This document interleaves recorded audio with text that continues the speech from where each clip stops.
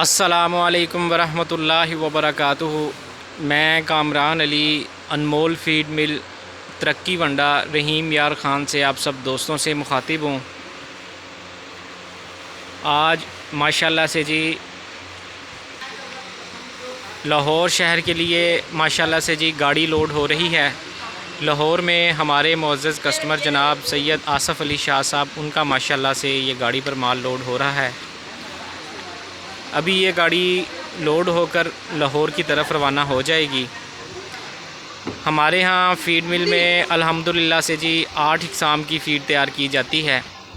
Milking plus feed, milking super plus feed, कुर्बानी feed, fattening feed, grower feed, calf starter feed और बकरा feed.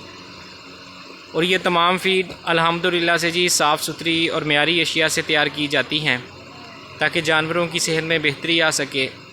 इसके अलावा हमारे यहाँ फ़ीड मिल में अल्हम्दुलिल्लाह से जी अनमोल सुपर प्लस हाज़मा मसाला जानवरों के लिए तैयार किया जाता है, जिसमें 45 से ज़ायद कुदरती अज्ज़ा शामिल किए जाते हैं जो कि जानवरों के निज़ाम में बेहतरी लाता है।